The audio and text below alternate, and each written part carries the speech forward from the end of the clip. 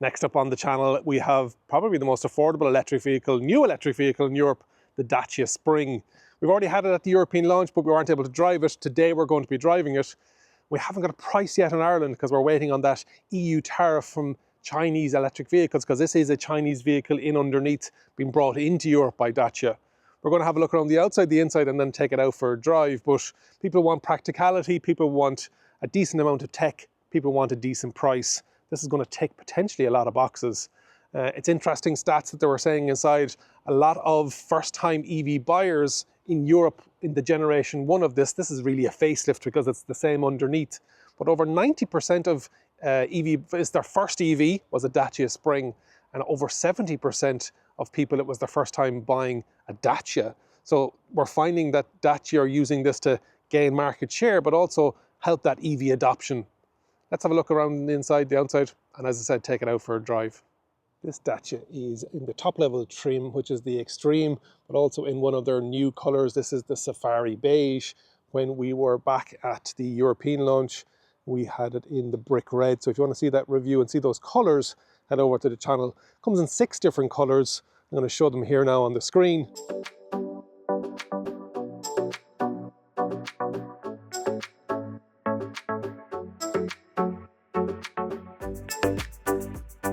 This beige is very inoffensive, and it's something that's not grey on the road as well. So what have we got stats wise? This is a facelift version of the Spring that was very successful in 2021 on the European market, left-hand drive. This is the first time we're going to be getting it in right-hand drive in the UK and Ireland. They would have sold over 150,000 of them generation 1 before this facelift. And the design of this is very much like all the new Dacias with the likes of the Dacia Duster, etc. In 2023, last year, filming this was the 3rd best-selling electric vehicle in Europe. So it shows that actually, you know what, if you offer something with decent price, decent tech and decent range, and this is a big step up in my opinion from generation 1 from what I have seen. The average Dacia Spring customer, and they've tracked this, usually does about 37 kilometers a day, does 37 kilometers an hour, and 75% of it is charged at home. So they use their Dacia Spring 4 times a day. Starting off at the front, you have the charging port, which we're going to open up in a minute. You've got these, it looks like they're lights, but they're actually white. And then we've got the daytime running lights, LED, flickering away in the camera, but to the naked eye, very much normal. But that black band that we will see on the Dacia Duster. Then we've got the high-low beam module underneath, halogen lights. You've got some battery cooling, and on the upper level trim, we have the option of this graphic kind of a streetscape. Some matte black bumper, and it's solid color all the way through. So for dents and scratches, you've got your parking sensors down there as well. Overall, I think it's a big step up on what came before. Let me pop the trunk, because there is an optional 38-litre Frunk that you can get, and you can see down in here is the charging flap and the flunk. Actually, we'll do both. Saves me coming back around again. So let's do the under the bonnet first. This one doesn't have that optional frunk inside in it here, but in the magic of B-roll, I will put it into it. Great space inside there. Front wheel drive, obviously. Close down, and then the bonnet. You will have AC as standard, 7 kilowatt. It's a 26.8 kilowatt hour battery, so about 4 hours to charge on a regular wall box. And then in underneath that, you can see there is the optional DC charger, and that goes up to 30 kilowatt. So you can go from 20 to 80% in about 42 minutes. Nice to have it on the front as well. Makes it easy for getting in and out of charging stations. Moving down along the side, you've got that solid color cladding around the wheel arch as well. So as much as it's an A segment, 3.7 meters long, less than 1 ton, the first EV of any size A segment that is less than 1,000 kgs. Slightly heavier than generation 1, but there's a lot more features on this. But this extreme level trim, you get 14-inch steel wheels with hubcaps on the entry level, and then on the medium level, the middle level, you get the option of these, and the top trim then is 15s, and they are steel with hubcaps. Down along the side with the extreme trim, you also have this coppery bronze colour that you'll see sprinkled around the place. You've got your side panels down along here that are easy to replace, is what they're saying. You've got your body colour door handles, nice and practical. You've got a physical key slot. Again, a lot of this what we've seen recently on the Citroen EC3, so it's about being practical about it. Matte black B-pillar, nice dint on the roof. That roof is the only thing that's carried over from the Generation 1 Spring. Every other panel is new, all designed. And on the upper level trim, you have the extreme, you have this Spring decal on the back of it. On that medium or low level trim, you don't have that. Down along the back, you have dogtail aerial, you have a little wiper, high level brake lamp, and then you have your Y-shaped halogen lights, reversing lights, and then you've got that bronzy, coppery gold trim across the back of it with that design. So design-wise, I think they've done a great job on this. You can see there. And again, you've got that solid colour. On this trim, you've got reversing sensors and reversing camera. And decals and reflectors down at the bottom here then as well. The boot release is a little all the way up. And then you've got a little parcel shelf at the top here. And again, for saving money, it isn't attached to anything, it's just sitting by gravity. And then you've got the largest in class boot. You've got 308 litres. All my stuff is in there. Charging cables, you've got, look at the amount of space you've got down inside there as well. So massive space for such an A-segment car. And you can see where it's literally just pressed steel. Got some cladding on the actual window wiper unit, but otherwise practicality. That boot or that rear seat is a complete unit and it falls all the way forward, and so from 308, and then when you push it all the way down, it is going to get you 1004 litres. So again, practicality if you needed it. This will come in a 2-seat cargo version as well if you want it. Let's pull these seats forward and then connect them in. Those seat belts are getting hidden behind it on that side. And then on this side, did the same thing happen? I assume so. And now that's clicked in. Let's set up the driver seat in a position that allows me to drive, but with... Let's see if I can get in the back. Let me close down some of this stuff.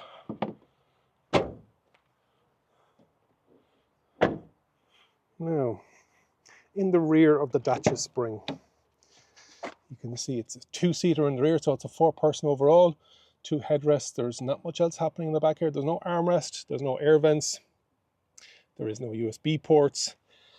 On the upper level trim, you've got electronic windows, but in the entry and the medium trim, I'm going to give you the names now in a second, is windy windows. Or as somebody recently called on the channel when I did the Citroen EC3, fitness windows. The only saving grace here is that there's a bit of give in the back of the seat, and it is a single piece. You saw visibility. You've got a pocket here, and my feet are in underneath. But otherwise, not bad. Headroom is phenomenal. So headroom, let me turn the camera around.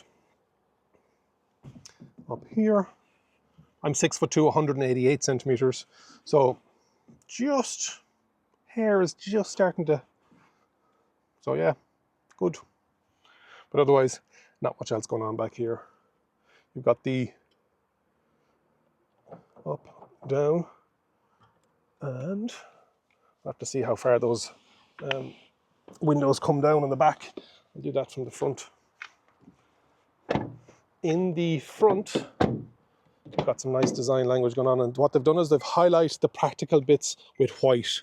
So you've got the side door pocket in white, you've got the driver binnacle, which is same on all trims, 7-inch, and then you've got that shelf over here that you can get a cover for, and then you also have down here the gear selector for reverse neutral drive. Seats depending on the trim will dictate the color. So you've got this kind of olivey green on the top level trim, and then it's white on the medium level trim. So doors, door pockets, there's nothing soft about any of this. It's all practical, utilitarian, made for value. But in saying that, you have electric adjusted door mirrors. You've got your vents. That 7-inch screen is actually not bad at all. In order to conserve energy. So on the screen itself, you can change what the look is like, whether it's you want the range left on it. So at 59% battery, it's saying there's 126 kilometer range. This has done 581. And then let's go down through it. Consumption has been 12 kilowatt per 100 kilometers. What else does it show me? There's an eco monitor, the distance, etc., etc. Let's turn it on so you can see all of the lights. Some warning lights down at the bottom. Fasten seatbelt and switch off. So it has ready up here, nice and visible, your speed, your distance, your battery, whether your seatbelts are put on. There's speed sign recognition. There's a couple of driver assists in it. Then the steering wheel, it's great. It is a nice chunky size Dacia. You would have seen the Duster. You've got your adaptive cruise control, reset, etc. And then you've got safety shield is what they're calling it. And you can set up your profile so that if you don't want traffic sign or lane keep, etc., that you can actually turn those off with a single button. You've got your voice assistant, you've got your menu, your ups or downs. And this one is height adjustable now, where the first one wasn't height adjustable. Up and down. Now there is no reach on it. It's only height adjustable. On the left hand side, you've got your stalk for your lights and indicators. On the right hand side, you've got your stalk for your wipers, etc. So that's the binnacle, that's the steering wheel. And then over here, then on the medium level trim, you have the option of this 10.1 inch screen, and then the upper level trim, the extreme that we're in today, it comes as standard. You have your large tiles, you've got your home, you've got your media, you've got your phone, you've got your actual Android Auto and Apple CarPlay come as wireless, and then you've got your car settings, what you want inside there. You've got your HVAC letting you know what things are asked, but underneath that, you've got your buttons, because there's no electronics on the door. On the front doors, there is on the rear doors. I need to actually check to see, because I can't control the rear windows from down here. And so let me pull forward the passenger seat, if I can at all, one-handed. It wasn't going to work, was it, Derek? So let me reach back. This is very good. And let's put the window down. It's locked, so the window lock is on. Turn that off. Go back here, and that shows you how small the car is. When I can reach all the way back here, not all the way down, so about there.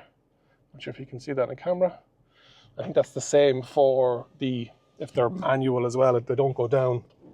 Then we have so on the upper level trim, you've got that green with that bronzy color. Again, this could be red or white. Then underneath that, then you've got your windows. You've got the window lock, eco mode, hazard lights, physical button, center locking, and then that safety persona. That's the button there, actually. I thought it was this button up here. What is this button up here for? I'll have to figure that out when I'm out in the drive. This is the safety shield button that you can set up. Then you've got your HVAC, your air conditioning, your recirculation, your physical nut buttons for temperature, hot or cold, then the fan speed, 2 USB Type-Cs, and then you've got the U-clip system. So there's a connector here, there's a connector at the front of, you can see it down there, and then there's another one up here. And so you can attach cup holders or rechargeable lights, torch flashlights, or bag holders, or there's a wireless phone charger. So there's lots of things that you can attach to that. As I said, there is a cover that you can get for that, and there's that large glove box. You've got your 12 volt down here as well. And then you can see that white. So it's reverse, neutral, drive. There isn't a park mode on it, so you put it into neutral, and then you've got an actual handbrake with some filter. This comes with the rubber mats as well. We've got a fact sheet here. What's up on the top? The SOS button, your light, no mirrors, don't be looking at yourself. And then no mirror over that side as well either. And there's a little microphone for the hands-free for the car. So what have we got on the fact sheet? We've got all of the stuff here. LED front daytime lights, rear lights, the strips, the door handles, the copper, the interior design. Safety is the one thing I want to talk about actually. You've got ABS and EBA, automatic braking system, pedestrian cycle detection, electronic stability control, emergency call, event data recorder, traffic sign, lane departure, lane keeping, driver attention, driver's airbag, side airbags, automatic door locks, speed limiter, tire pressure detection, ISOFIX in the rear seats, and automatic headlights. Parking sensors, rear view camera. So if I put it into reverse, you can see the rear view camera there. So decent quality, and it has that turning line system as well. So you can see when I turn the steering wheel, which is good on a car like this. Let's put that back into neutral. And neutral. We talked about the battery, the charging, etc. So overall, phenomenal value once we know the price. We know that the price in the UK is 15,000. Europe, we're looking at probably with the new Chinese tariff, it looks like it's going to be a 20% tariff. Now, when they were pricing it, they knew that this was coming. And so they're aware of it. The three trims are called Essential, Expression, and Extreme. So we're in the Extreme trim today. Range on the Dacia Spring WLTP, they're saying 225. And then more than that on an urban cycle, they're saying a WLTP consumption rate of around 14 kilowatt hours per 100 kilometers. And today is that we've been getting 12, and we did an hour and a half drive there just before I started filming this. The actual electric, you get two electric motors, two different powers. You get a 45 horsepower and a 65 horsepower, depending on the trim and depending what option you go for. The battery size stays the same. The smaller battery gets it around 19.70 to 100, and then the top battery, or sorry, say that again.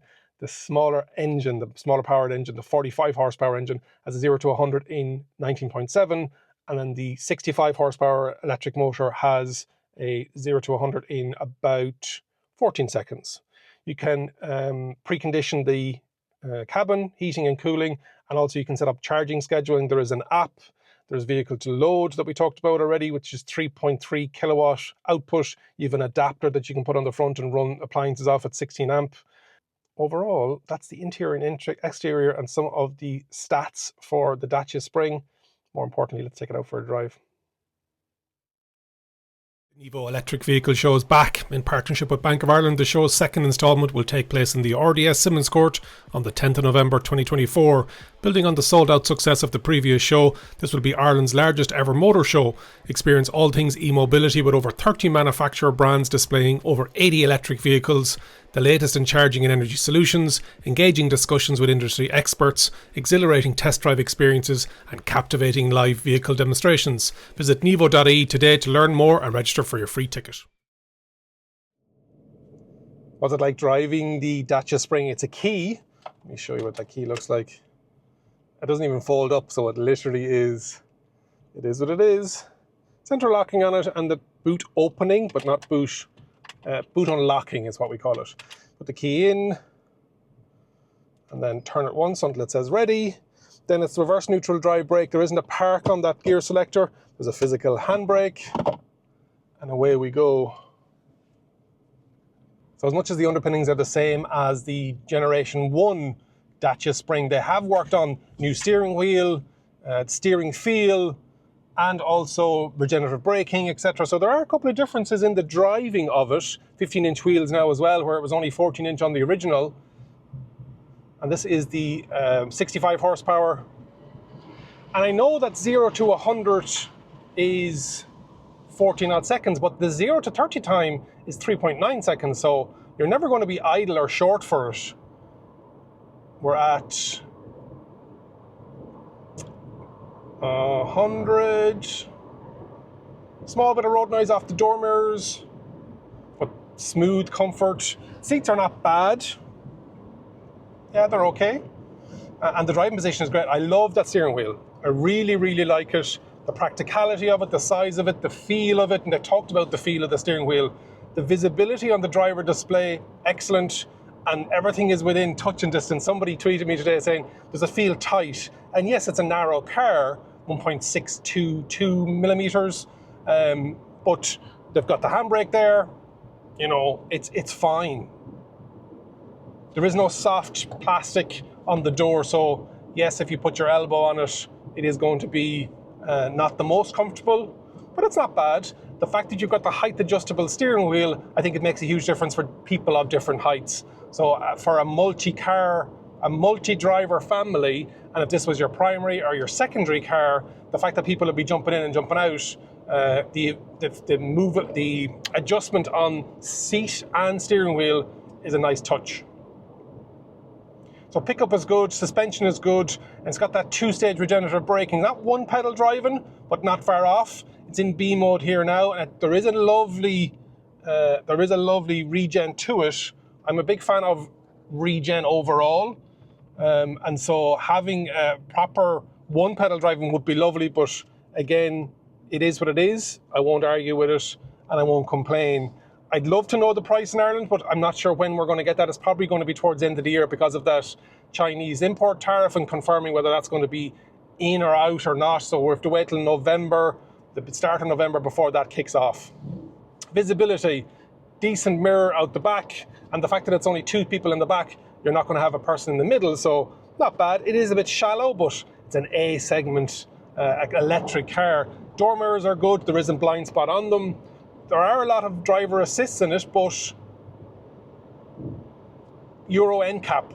I asked the question this morning at the press briefing, and they're not going to test it again. This was tested back in 2022 on the original Dacia Spring, and they got a 1 star. Now, they've put a lot of driver safety systems into it, multiple airbags, driver alert, lane centering, lane keep, automatic braking, etc., etc. I don't know why they're not going to test it, because I feel that it would be getting better than a 1, in my opinion, with all those additional safety features, but there's obviously a big cost to that.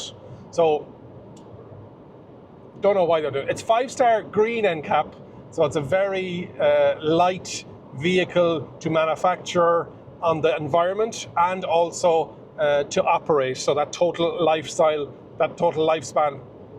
But overall, yeah, good. Everything is practical. The ride is actually really nice. We went through some cobbled streets earlier around the Bordeaux region. All good. Driving along here on a more of a country road rather than that dual carriageway we started off on. And yes, the suspension is definitely not too cushiony. It's more on the firm side. But I'm loving that regen braking. Coming into the villages. And you can really feel the travel in the suspension. Overall, I think it's a practical, small electric vehicle, and it's going to have a bit of competition against the likes of the upcoming Citroen EC3. So if you haven't already, there was a little beep from the speed sign recognition to say that I was coming into a 50 zone. And it's going to have competition from the Citroen EC3, which I think is going to be a level of premium above this. Even the base level isn't going to come anywhere near this price. The base level Citroen EC3 is coming in at around 19,000 with the smaller battery, 23,000 with the larger battery. And then you've got the Hyundai Inster, which has been released on some of the larger markets, but we haven't had the official press release yet in Ireland. But we can start to see what that's looking like based on the combustion engine Casper in South Korea. So small, affordable electric vehicles are coming thick and fast. Hopefully at some stage you can see the speed bump and how it handles it there. We're also potentially going to get some more Chinese stuff coming in with the likes of the Dolphin Mini, otherwise known as the Seagull BYD in China, but they're going to be calling it the Dolphin Mini, so they're going to have lots of options, which is great to see. What do you think? Jump into the comments and let me know. But overall, I think it's a great little package. Again, hard to quantify it when we don't have a price. We're hoping that we're going to get it sub 20,000 for the base trim. I've seen some other UK journalists talking about how UK Dacia are only going to get the middle and the top level trim. They're not going to bring in the base level trim. And I'm just wondering if, because the UK have said that, with right-hand drive production, we're usually in the same production run as it. Will that be the same for Ireland? And we won't get the base level, we will get the medium level, which still gives you the option of 14 or 15-inch wheels, whether you want the screen or not, whether you want the 45 horsepower electric motor or the 65 horsepower electric motor. So there's still going to be options there on how you spec that mid-level trim. So here they have the fact that you can vehicle to load. There's a scooter that you could be charging up, or that e-bike over here. And they've just shown how much luggage actually can get into the 308. When you start to see 1 bag, 2 bag, 3, 4, 5, and then these 2 can go in on top of it as well. So in the rear, that 308 litres with the seats down that 1004. And this model has the frunk as well. You can see that 33 litre tray that will take a bag or take that charging cable. One thing I didn't mention when I was reviewing it on the outside was single wiper, single spray, and single wiper arm. So yeah, let's go and have a look at the vehicle to load. But one thing I haven't seen around here is the, oh, here we go. And so this is the cover.